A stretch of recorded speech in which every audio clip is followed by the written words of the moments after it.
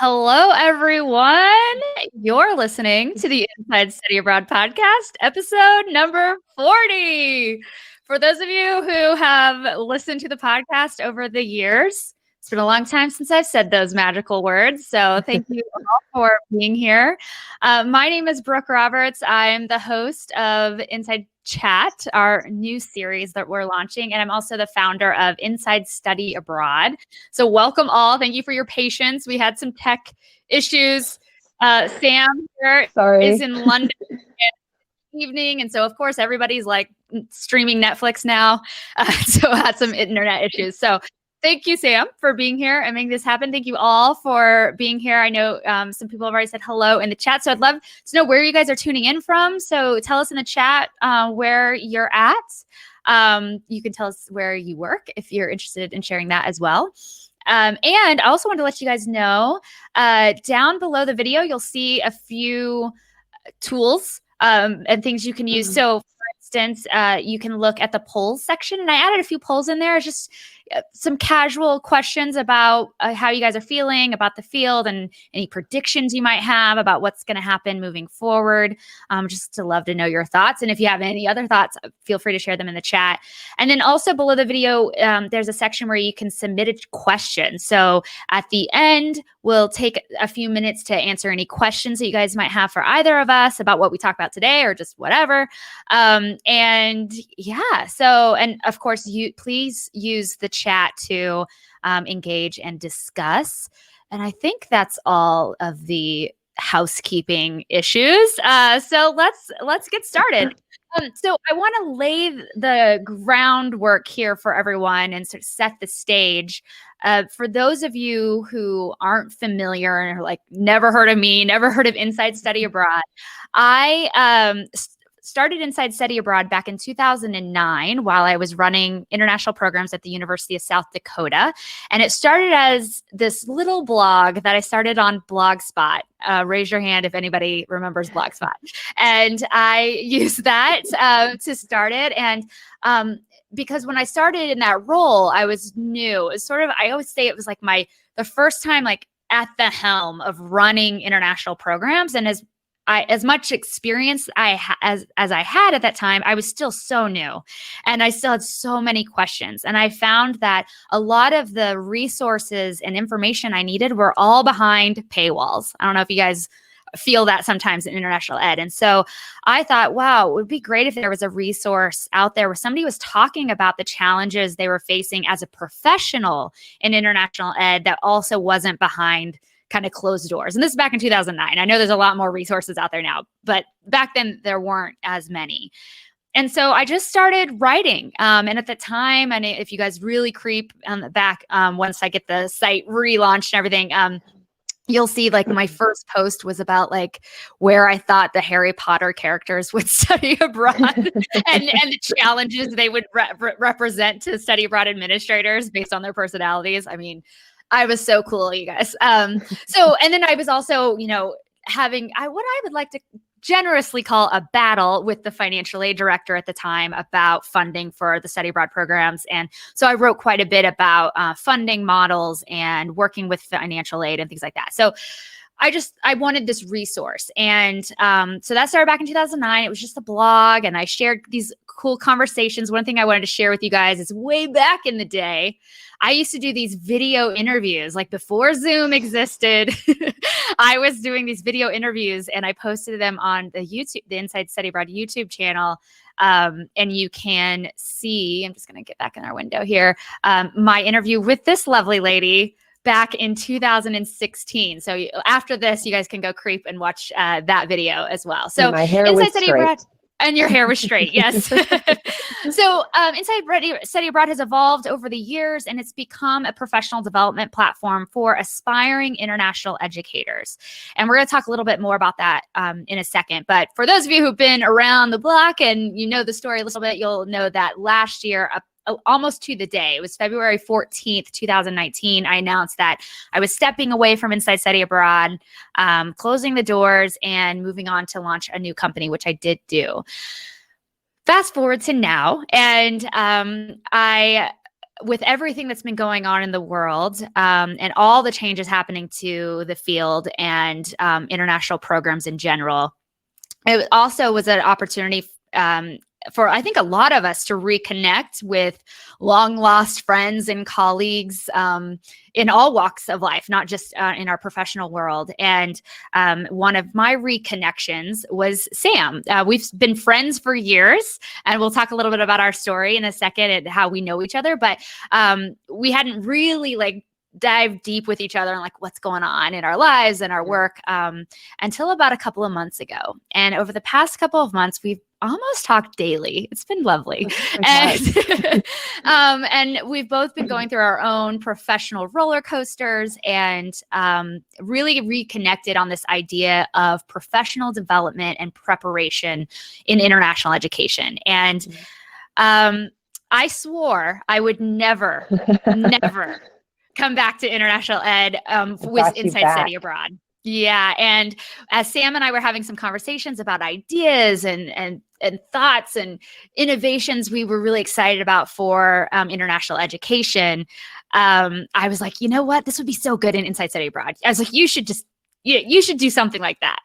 And the conversation evolved to be like, hey, I will bring back Inside Study Abroad if you come on this journey with me. So she is generously volunteering her time during her own, I guess, I don't know what we'll call it, bridge experience in your professional life to work with me on Inside Study Abroad. We have a lot of fun things coming, and we'll talk about that later. But so thank you guys for indulging my story and to get caught up on what we're talking about here.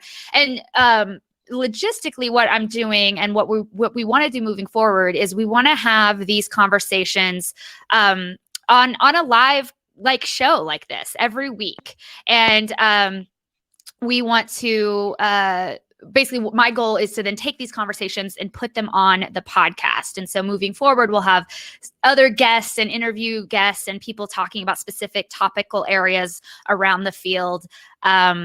And we're really excited for what it can become. So this is our demo, I guess, our pilot program, if you will. And moving forward, we hope to be doing this every single week. So we hope you'll come back and join us live for these conversations. So with all that being said, welcome to the show, everyone. Welcome to the show, Sam. And as I like to start all of these conversations and interviews for Inside Study Abroad, tell us your international education story. Well, it's a long one, but I'll try and make it really short. So my international ed story actually started, like many of us, with my own experience studying abroad. So I studied abroad through the University of California, Santa Barbara. I did the Education Abroad program, and I did a year in France. And that was the year 1999-2000. And during that time, it was difficult. I found it difficult studying in another culture, learning another language. And the person that helped me the most was the on-site coordinator for the program. And I realized I wanted to be her. Now, there's a lot of things we could talk about going in France and wanting to become a French woman, which I also wanted to do. But that kind of started my journey. So when I came back, I was a peer advisor in the UC EAP office in Santa Barbara. And I've actually stayed in higher education ever since then. So I started as a peer advisor. I then moved to London and worked at a university with international students. And I've really spent the last 19 years, that's crazy, working with large universities, small private program providers, and both university relations, working on program development, and then coming to London and actually working on the delivery side of programs. So I started with exploring my interests in the US on how to advise students and how to create programs and work with faculty. And then 5 years ago came to London and started working on the actual delivery of the program. So I've seen lots of different pieces of study abroad. And that's my international ed story. I'm still here. I'm still in it. Yeah. Well, for and doing it. I mean, I know your story well enough to know also that like you kind of glossed over some things. So I'm Of gonna course I cherry pick did. some topics. Yeah. So the first Fair. thing I would want to talk about a little bit is one of the things I find fascinating and also so inspiring about your journey is that um, a lot of people may not know that you actually took what I would call a career break. You did I your own little did. gap year from Yes. international ed. Talk a little bit about that experience. What was the inspiration for that? What was it like? What did you do, etc.? Yeah, well, it's interesting because my first, I would say big girl job, um, sort of leading an office and developing something from scratch was given to me by Tony Johnson at USA at the time. And I was with USA and I created the University Relations Office in Boston. Shout out to people in Boston. And I was there for 5 years. And I was young when I took that, and I got to a point when I just wanted to do something else, or so I thought. And I'd always heard about people traveling around the world, and I decided to do it. So I was waiting kind of to do it with my boyfriend at the time. And when I realized he was not the person I needed to do it with, I decided to do it on my own. Love So it. I took 15 months off. I saved a lot of money, and I saved all those frequent flyer miles from being a little bit of a road warrior. Pro tip. And I decided to set 3 goals and use the time. I was going to be at least a year. It ended up being 15 months to kind of explore the world a little bit more and travel. So my 3 goals were learning Spanish, teaching English. So I got a TOEFL certificate, and volunteering. And I ended up doing 15 months, um, Central South America, New Zealand, Nepal, China, Europe, Eastern Europe, and then back. It's crazy that I can Amazing. say it that quickly, but it obviously it lasted a lifetime. And I'm starting to Yeah. get those notifications now of, 10 years later, and this time like, oh, that's what I Yeah. was doing 10 years ago. Yeah. Yeah, it's amazing. I personally went on a kind of a similar thing in 2017 to Yes. 2019. I just spent about 18 months doing the digital nomad thing, right? So I was running my company and living in a new country every month. And I'm so happy I did that. I personally have this philosophy now that I feel like once you've been in the field for like 10 years, right? You probably had your initial experience. We've all had it Yeah. where we got inspired and it had this life-changing experience.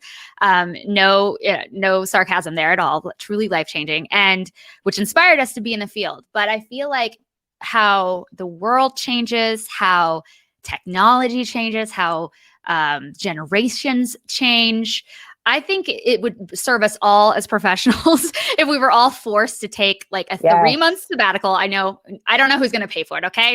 I don't know where the money will come from, but Joe I with feel you like on we this. should Yeah. all be forced to participate in a Yeah. meaningful travel experience, not just our familiarization trips or a conference abroad or something like that. Actually be a participant on the receiving end of an experience. Cause I think it would inform all of us so much more in the work we do and how we think about program design and program implementation and delivery, and how we, even approach, our conversations with young people. I shouldn't always say students, but with young people or new travelers about what they're about to embark on and understand their specific challenges or the things that we think are challenges that may not be challenges to them necessarily. They have a whole different set of challenges. Yeah. I don't know. That's just my thing. I Is like I feel like it should be a requirement to go to the 11th year. You gotta take another international experience. I don't think I anybody would argue with it if they didn't have to pay.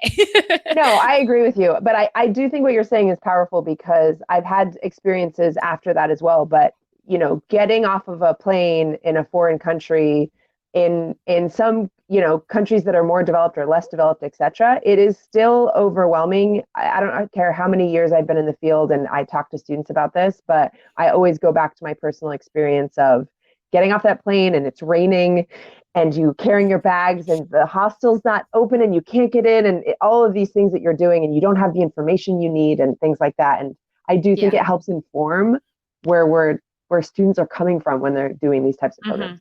100% Yeah. agree with I that. mean, Oh my gosh. So many things. Like all these stories just flash through my I eyes. know, Like I'm exactly. like going from Thailand to even, this is a very modern day scenario. Like going from when I moved from Thailand to Vietnam, and I had an international data plan, which a lot of people do nowadays, and it works except in Vietnam. And so landing in Vietnam Yes. during a typhoon, everything's flooded, can't leave the airport, no phone data, and just like, okay, now what? Now, how are we going to navigate this? And even as seasoned travelers, those Oh, situations are still yeah. stressful. And, like I cried. There were a few times I cried, and I'm not going to Oh, lie. yeah. Yeah. Crying is Yeah. a part of the process of that. Right. Yeah. Yeah. Well, okay. So I love that you did that, because I feel like, well, how was it coming back into the field after that year break? Like, was it easy? I mean, you had all this experience. Was it easy to transition back? Was it challenging? Were you surprised by Super. that? Yeah, I was surprised. And I've had these experiences. That was not the last time I had that experience. But after coming back, um, and having already worked in the field, had led an office, had gotten some really solid experience. And I thought at the time, I sort of joked that I was getting my master's in traveling, right? Mhm. I thought that I had a lot to offer again, to an organization. And it it took me a long time to get a job back in the field, and it required that I get a lower level job, and kind of work my way back up again. Mhm. Which, if I'd known that at the time that I was going to do that and get that, I would have been fine with it. But as you're going through it and you're job hunting, it can be demoralizing in terms of, what am I doing? I have so much to offer. Why can't I get an interview? And part of that Mhm. problem was I did not yet have a master's degree at the time. Controversial Mm. topic. Oh, very controversial Yes. topic. Yeah. Um, and it was difficult. And I'm gonna say it here, I'm facing a situation with the global pandemic where I'm also uncertain of what my next steps, in the field are gonna be. And I think it'll be a similar situation, but luckily I've been in this before. And so you Mhm. just have to, um, rely on your network and things like that to Mhm. keep you buoyed during these Mhm. troubling times. I guess, would you mind telling people sort of what your most recent role has Yeah, been? yeah. Yeah. So I came to London. So I'm in London, everybody. Hello, with the terrible internet. So hopefully this is okay. I came to London 5 years ago, to return to USA Love, for those of you out there, to direct their London office. And so was heading up the London office and the placements, so the programs and the placement team. And then And and, it, 3 years. and for those who aren't familiar with USA, it's an internship Yes, sorry. program provider in Europe. They do custom internship programs. Yeah. Yes, apologies. Thank you so much. So USA, who I'd worked with before, and I'm setting up their university relations office. I returned, and then almost 4 years ago, I had the opportunity come up with the Academic Internship Council, to launch their internship operations in London. And I do like a launch. I do like to get those things going, and so I've been working with AIC, Academic Internship Council, for the past, 3.5, almost 4 years, um, basically leading the office, developing things, placing students in internships, and all the professional development and career stuff that goes with that. Hmm. Hmm. Yeah, I love that.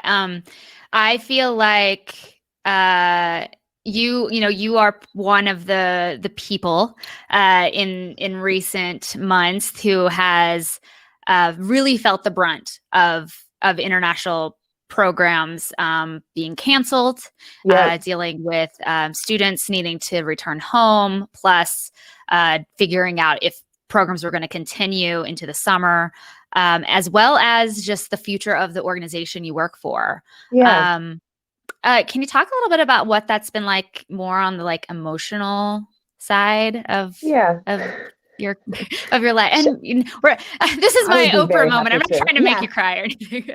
Oh, Barbara, don't Barbara Walters me. I, um,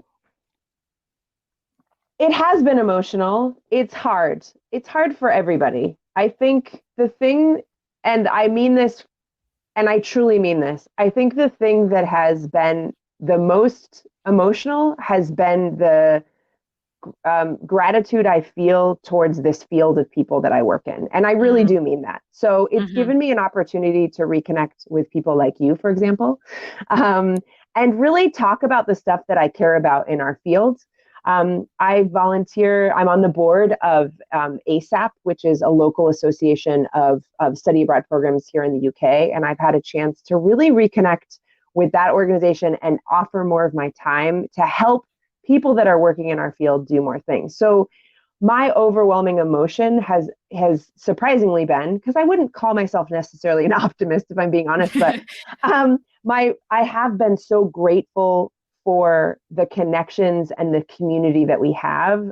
And I get quite emotional about that, in that actually I have a great community of people that I can chat with and talk to and bounce ideas off of and cry with and worry with. But it is emotional. And I think there's a lot of sadness in what people are going through, and the fear of canceling programs, the fear of getting laid off and things closing. I strangely am feeling super optimistic about what will happen with our field, because we have to change now, and that's so wonderful. I do like a change. I like innovation, and it's such a cool opportunity for us to change and work. You know, we talk to students about navigating ambiguity, right? And going through these times and becoming resilient. And I think we are all resilient, and we're navigating the ambiguity ourselves, and we know how to do this. It doesn't mean we're every day, all day, we're great at it, but I think it means, you know, we know how to do it. We have the resources to kind of support each other. So yeah, emotion wise, I'm doing great. I mean, I'm watching a lot of like television. I feel like if somebody says they're not, they're probably lying. Lying, yeah. Yeah. But I'm also spending a lot of time chatting with people about, you know, the bigger questions. Believe it or not, I'm an introvert. I am. And I like deep diving with people about nerdy things about our field. I just do. I always have. And, you know, I spent 2 hours on a call with the board, the ASAP board today, and we were just talking about how can we support members in the field right now? What resources can we do? What types of meetings can we have? And I love that. I love that stuff. I love that. So talking about like that hopeful sentiment, that gratitude, in the polls, I'm just going to pull out here the responses we've gotten so far. If you haven't had a chance to vote yet, click that polls button and tell us what you think. But I said, which sentiment best describes you? I'm scared for the future of international ed. Nobody has selected that, so that's great. I'm nervous for the future, 25%. I'm hopeful, 65%, and I'm excited for the future, which is about 8%. More votes are coming in. Okay, it's about staying the same. So great. And after the pandemic, I think international education will go back to business as usual. 10% of people have said that. Some people said international education will completely reinvent program models and program delivery modalities. 91% of people think that. And international education, and I also put on there, not to be like a Debbie Downer, but I gave the option. International education will decline in participation and relevance, which nobody has selected that. I love that. I love that we're in a room of people who are super excited, or at least hopeful about what's to come. And the idea that international education has an opportunity to reimagine, reinvent, redo what we are and the value we bring to the world, and to students. I think it's really interesting because I feel like, you know, for a long time, at least in my career, you know, one of the topics we want to talk about is like how the field has even changed in our time in the field. Yeah. And we're both pretty young, I think, even though we're not, we're old, but older, we're middle-aged in the field, but I still feel very young about it. And I just feel like the evolution I've seen is that I feel like, just getting people abroad for a while was that was the only goal. And then it was diversifying the type of people who went abroad but also increasing numbers. That was the goal. And, making sure that we were providing this, all this logistical support to people to make the experience happen. And I feel like right now we're at an opportunity to really get back to the true value proposition we bring as professionals. The value proposition isn't that we can find safe housing or we can book flights. I mean, the advent of all these tools and resources, young people, like my nephew, he's in college now. I mean, he's booked his own Airbnb before, grabs an Uber. Like these are things he's like, I probably wouldn't need anybody to help me with those things. But where we truly do have the expertise, or we should, and where we truly do bring value to the experience is creating the meaningfulness of the experience. Because I think we all can agree that like we could drop two different students in the middle of, I don't know, Europe, South America, wherever, and they could navigate the experience themselves and travel and have a nice time, right? Yeah. They could make that happen. But what we know are the value adds and the outcomes that we can get require academic intervention, cultural interventions, programmatic structures that we know are those guideposts to getting them to the other side of development that we're aiming for. And we can help make that one happen more maybe smoothly. I don't know, maybe more quickly. Who knows? But I just think that's the value we bring. We're not paper pushers. We're not task masters who just deal with logistics. We bring more to the table than that. I think that this is the time where we really can get back to those roots of like what we bring. And that's what I'm so excited to see about like how we can get more creative about the how we deliver a program and what it truly means to provide an intercultural experience, right? With everything we have going on. I always like to tell people this anecdote. I don't know now, maybe back in 2013, 12, I can't remember. Whenever CIEE was in Minneapolis, if anybody remembers the year it was in Minneapolis most recently, but I presented with a couple of colleagues there, and we were talking about how, and this now feels like bazillions of years ago, but our presentation was all about how to leverage social media and social technologies to I forgot the way we phrased it, but basically to deliver programs to further the program mission and get to our outcomes. Like, how do we harness those technologies as opposed to saying they're all bad and we should never touch them? And it was really fascinating. I thought it was a great presentation. We got, of course, great feedback from the audience, but of course there was one. There's always that one. If you've presented at a national conference, let me know in the chat or any kind of conference, and you get all these great feedback, and then there's always the one that will always stick out. And I remember the person, I don't know, male, female, who they were, but they said, in my 25-year career, this is the most terrifying workshop I've ever had. And the person went on to describe like how technology and international programs is the devil, basically. Didn't use those words, but that I'm reading between the lines. And for me, that I feel like the field sometimes has these two different camps, not always split black and white, but there tends to be like a camp that is, I don't know, just maybe a little more old school, a little more rested in what traditional used to look like in terms of how a program is delivered and how students engage on the ground, versus other people who are like ready to say, okay, this is our new reality. This is the new normal. How are we going to still deliver these great programs given our current modern situation? I don't know, you've been on the ground now for 5 years in the delivery side. What do you think is sort of the future of what programs could look like, or what do you think is missing when it comes to how we're going to innovate?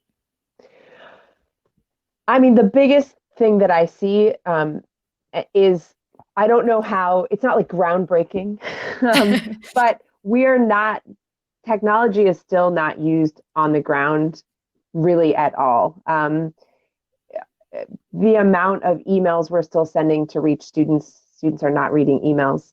The way that we're interacting with students with technology that is old and is not on their phones and is not an app, that really bothers me. I'm not saying that it just bothers me. It does. I'm not saying that technology, so that's a big part for me. I think that's one key thing is that there's so many other industries that are so much further ahead than international ed with the technology we use to actually get to the quick of what we're doing. So we can get all that other stuff out of the way, because the truth is there is a big process involved in going abroad with the visas and the applications and the health and safety.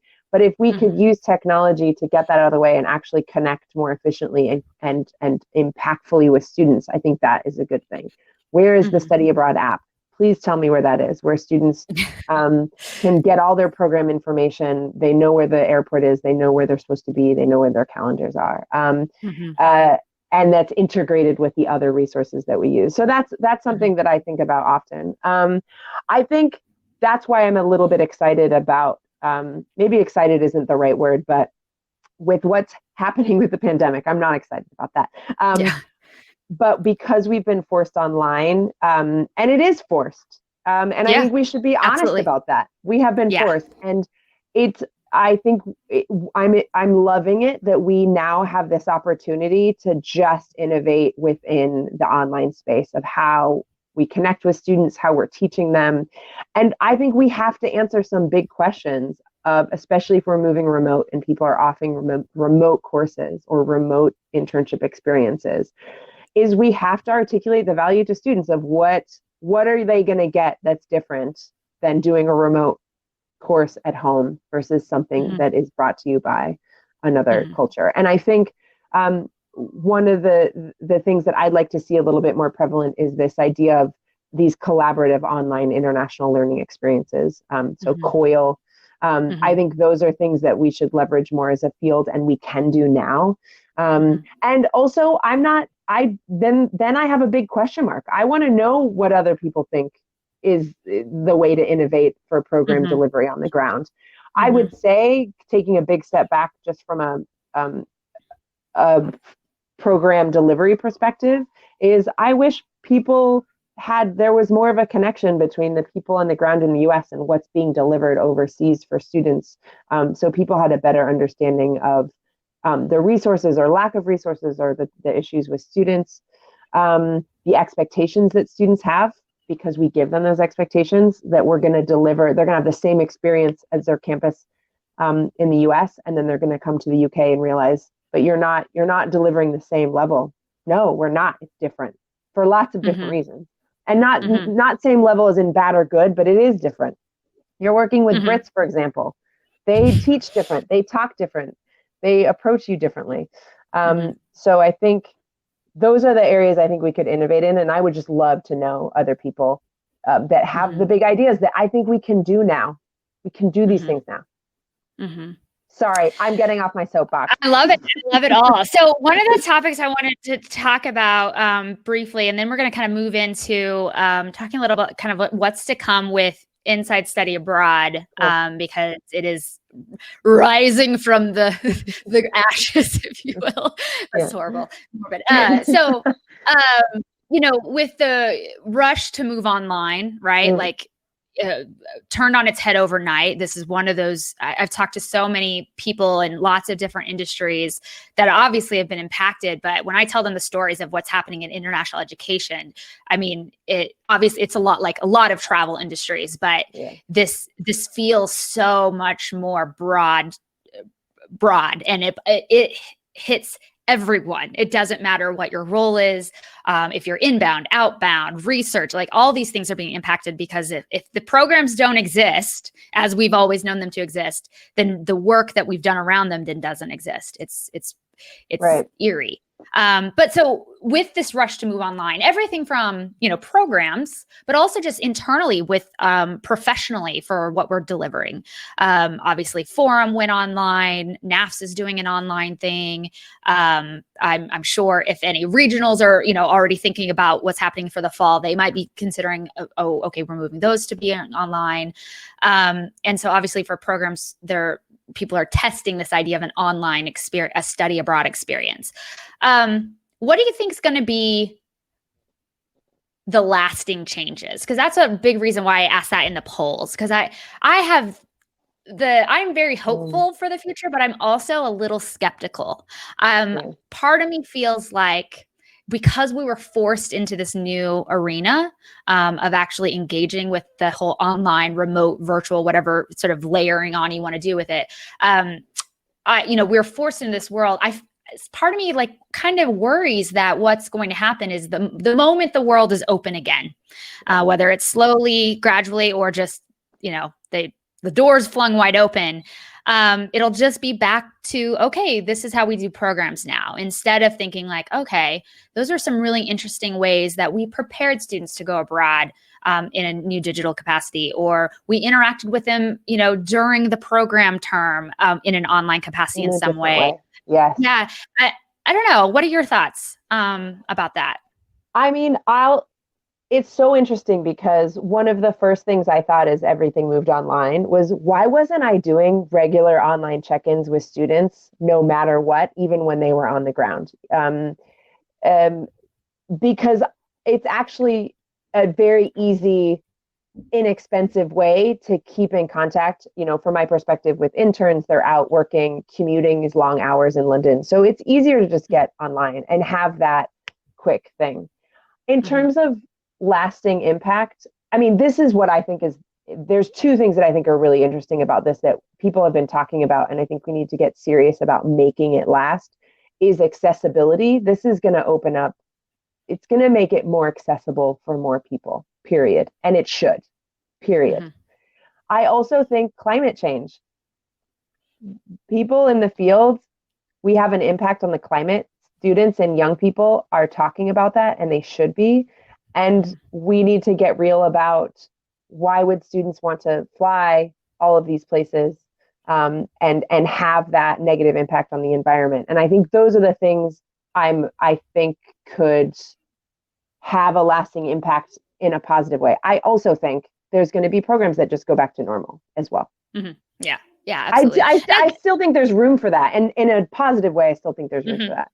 Yeah, absolutely. I'm not an advocate for like, okay, so everything in the future needs to be virtual, because I think that's also not realistic. But I do think that, I think from a business model perspective for some provider companies, they are seeing now that they need to diversify. They had all of their eggs in one type of product basket at the end of the day. I mean, you could call them all different things, but it's like required a human to move from here to here. And when that is completely erased, you have no business. And, I think a lot of providers are feeling that really badly right now. I do want to shift gears, and maybe we'll do a two-parter on this conversation, and especially when we bring on more people to this to the show in future weeks. So many things I have to say about these things, but I'm so excited to have you coming on board with Inside Study Abroad, and sort of being the face of Inside Study Abroad in so many ways. I feel like, a big reason I needed to step away is because I was starting to get a little disillusioned, I think, with international ed. I think when you're in there making the sausage, so to speak, too long, like you can sort of forget, like, what is this all for? Like, what is the real mission and vision of this? And I think me going and reinvesting into my own meaningful international experience again helped me reinvigorate myself for international ed, but also taking that time away. And what I'm so excited about having you on board is, basically having, a comrade in arms to sort of go forward with. Because I feel like a lot of this, over the last several years is just me been like, I guess I'm going to try this thing. And you've been amazing at being like, when I say, oh, I'm just going to do this, you're like, oh, okay, I guess we're going to do that. So many things. I think so many amazing things to come. So just to keep you all in the loop of what what you can expect in the future. Our goal is for every Thursday at 2 p.m. Central, we're going to be on live conversation. We're going to be bringing on other guests and having more conversations about, the current climate and current issues for sure. But we're also going to dive deep into more standard topics like, programming models to, all the things we talk about, health and safety. I don't know, all these fun, really enticing topics like health and safety. They can be fun. Yeah, they can be fun. And frankly, just hearing stories of our peers and our colleagues and the journeys that they've taken to get to where they are. That's my favorite part about doing these interviews. It's just like, how did you get that job? Tell me about that experience. Those are the most exciting. So really excited about what's to come with Inside Chat. The other thing is that we're relaunching the Global Pro Institute. And if you're not familiar with GPI was sort of our signature program at Inside Study Abroad. Is for aspiring and current international education professionals who want to launch and level up their careers in international education. And so it's a very intensive 360 professional development experience that introduces people to the field, what they need to understand about the work that we do and all the different tentacles that exist, how the field is structured, how it all fits together, and then how they can fit in that world and set themselves apart so that they can be top talent when it comes time to apply for jobs, et cetera. So Sam is going to be our head coach and trainer inside that program moving forward, which is so exciting. And we just had a GPI town hall with a lot of our graduates of the program this morning, and that was so fun. So lots of really exciting things to come for GPI. And one of the things that I will let you all know, it's not going to be secret because I'm going to be telling other people, but we're also, one of the things that Sam and I, when we reconnected a couple months ago, one of the things we started talking about, kind of ranting about too, let's be honest, but we talked about, these issues that have been my topics of turmoil over the years of things I've just been sort of shouting from the rooftops, is that as professionals in international education, we are amazing advocates for helping our students, typically undergraduates, right? Go have these experiences abroad, studying abroad, internships abroad, all these things that we think are standard issue type of experiences that should be available to people when they want to explore a career field. Yeah. However, we as an industry, as a field, we have not created those avenues for people to also dip their toe into the international education world. And for better, for worse, it almost always, if you want to get a taste of international education, you're going to have to go and get a master's degree. That's the only way, honestly, most of the time, to get access to internships or practicum experiences, or you're going to pay a considerable amount of money to go to a national conference of some kind, which I frankly don't think is a great environment for a newbie who knows nothing about the field to sort of launch into. And so, for us, one of the things we talked about is and I've been telling my friends who do international internships for years now, is like, you guys need to start doing this for our field. We need international internships in international education, or we just need internships in international education. And when Sam and I started talking about this idea, at first I was like, Sam, you need to go do that. And then it became like, oh, you know what? This could be something that is really cool as part of Inside Study Abroad. And so we're going to be that organization. We're going to be the internship company for international education. And so GPI is going to live on as it's always been, an online program and cohort experience. But participants are also going to have the opportunity to enroll also in an internship placement experience as well. And we're already starting to work with organizations and offices, universities to find these really great dynamic placements so people can have a tangible experiential based work experience in the field and figure out, one, do they like it? Do they like it? Yes. Are they any good at it? And three, if they want to take it to the next level and either invest in more education or invest in more professional development and really engage with the field. So we're really excited about it. Our GPI alumni are excited about it. It's going to be great. And of course, we'll be sharing more information about that as we develop it over the next couple of weeks. And we'll be launching that out to the field. So excited for that. Yay. So Sam, I want to do a quick rapid fire few questions. I did not prep you for these You did at all. not. It's like, we did not talk about this, Brooke. I'm just going to come up with them on the top of my head. Okay. But yeah, so what is, and it doesn't have to be related to international ed, but if it is, Sure. awesome too. But what's a nonfiction book that you feel like has been really powerful for you in your career? Oh, Brooke. Nonfiction book powerful in my career. I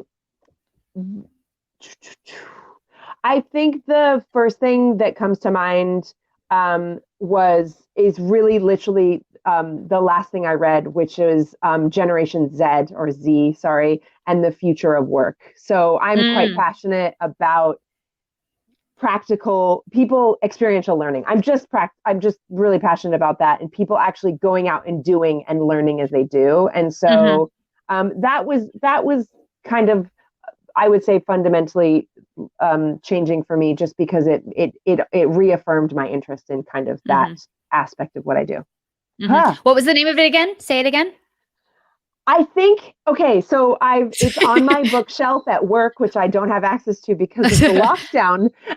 But it's Generation Z and the future of work. But I'll look it up and I'll give you the link to it. We'll put it in the show notes for anybody listening to the podcast recording. And I'll have that. You guys will get a recording of this later. And let's see, another question. So if everything you know about study abroad now, international education, where would you study abroad now and why? I love this question. So my first study abroad experience was France. I was there for a year. And then as an adult, I ended up doing, obviously, my travel. And then my master's degree, I did 2 weeks, so short term in Mexico. And I think I would push myself a little bit more. And one of my favorite things I did was work on a State Department program called MEPI. It was Middle East Partnership Initiative, bringing young leaders from the Middle East and North Africa to Portland and doing leadership. And I would go probably to Jordan or that part of the world and just really get completely outside the Western culture that I was in versus going to Europe. That's what I would do. Yeah, I love that. Favorite international education, professional event you've ever gone to? Well, I'll tell you, I went to a COIL conference in the Netherlands a few years back, 4 years ago. So that's Collaborative Online International Learning. And the reason I really loved it was it truly was diverse with the people there that were doing programs. So you didn't just have international ed staff or people focused on very specific things. It was faculty and staff and English language programs and so many people mixing, but working together, right? So you could have people teaching students English language, but connecting to a group of students in the UK, for example, that are studying abroad. I just found it really interesting that they're looking at it in a different sort of way. I love that. I feel like, when you have the opportunity to engage outside of sometimes our little echo chamber of international 100%. ed. I feel like for me, launching companies in completely different industries, doing the digital nomad remote thing and interacting and working with so many tech startups in totally different spaces, doing crazy stuff. I think for me, it makes me a better international educator because I feel like we all need some cross training or whatever, cross collaboration in other fields and other industries to better understand the not just the lay of the land in our field, but how our field, because we're working with students who are going to go out beyond, and be impacting the world in so many ways across industries, that I think that that cross-functional understanding, I think, is really, really powerful. I just wanted to say hi to y'all in the chat because I know you've been saying some things. Just wanted to address them. So one of these people, I can't see your name, but you've made several comments. I don't know why it's not showing a name for you, but thank you for engaging. So you said that you're already seeing increase in gap year experience and interest in gap year programs for high school students.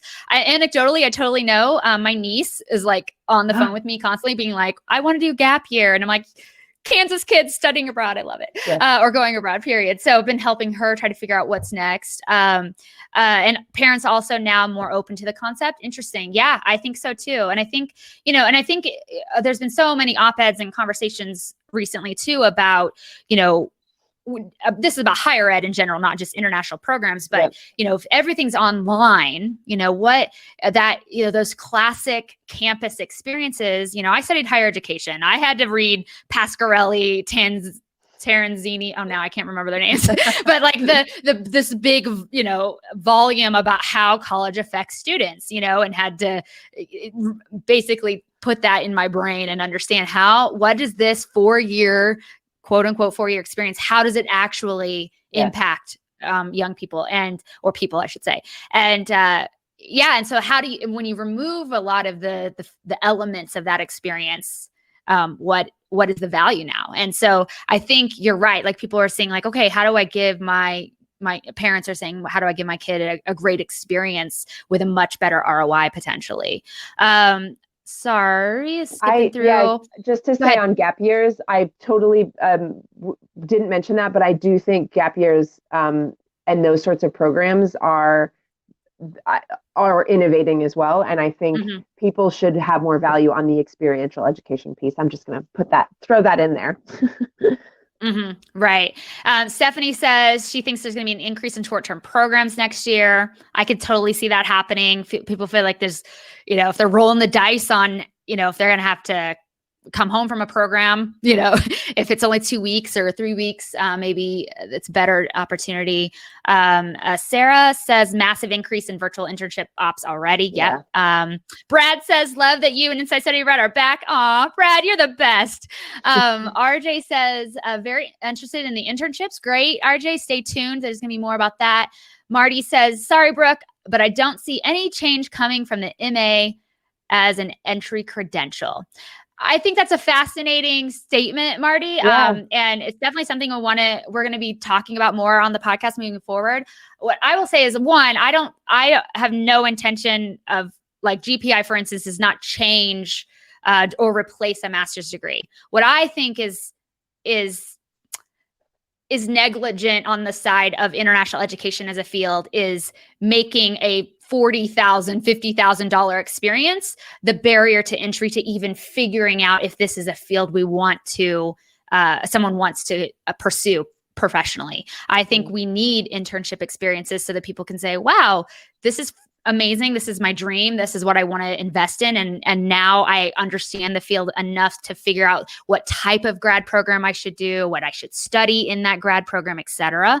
Versus, I think a lot of times right now, the lip service is like, we all roll off the same kind of programs. Like, oh, go to Leslie, go to SIT, go to Monterey, insert all the names here, and go get your master's degree without ever giving people a taste, a tip in the, a peek behind the curtain of what it's really like to work in our field versus just participate as a receiver of the product, if you will. So I agree. I don't think it's going to go away as an entry level thing, but I think we do need to provide that a gap experience, if you will, before that master's degree is pursued. RJ says iGen by Jean Tweng is also a good book. Great. Thank you for that. Yeah. Jessica asks, how can we best connect with you two? I'll drop our LinkedIn profile in there as well. And you can also email me at brooke@insidestudyabroad.com. You can email Sam at insidestudyabroad.com. Oh, it's Bazzer. Yay, Bazzer. Your name's not on there. So Samantha LaCroix, our old colleague at USA, and we call her Bazzer. So I love that. So thank you all so much for being here. I'm really excited to move this forward, and thank you for your patience with our tech issues. Sam, you're amazing for making, she's using all her data right now to make this happen. This will be going up. These conversations will go live on the podcast as well. So if you ever miss one, just tune into the podcast, but they will be a week later than the live version. So just so you know for the future. And next week, we already are lining up some guests for that. So I'll be announcing those on the email list as well. So stay tuned for that. Sam, thank you so much for being on the show. Thanks for having me. Yeah, it's been great. And thank you all for watching. And until next time, remember that every day you postpone a dream, you weaken it just a little. So get out there and make some magic happen. Bye. Bye, guys.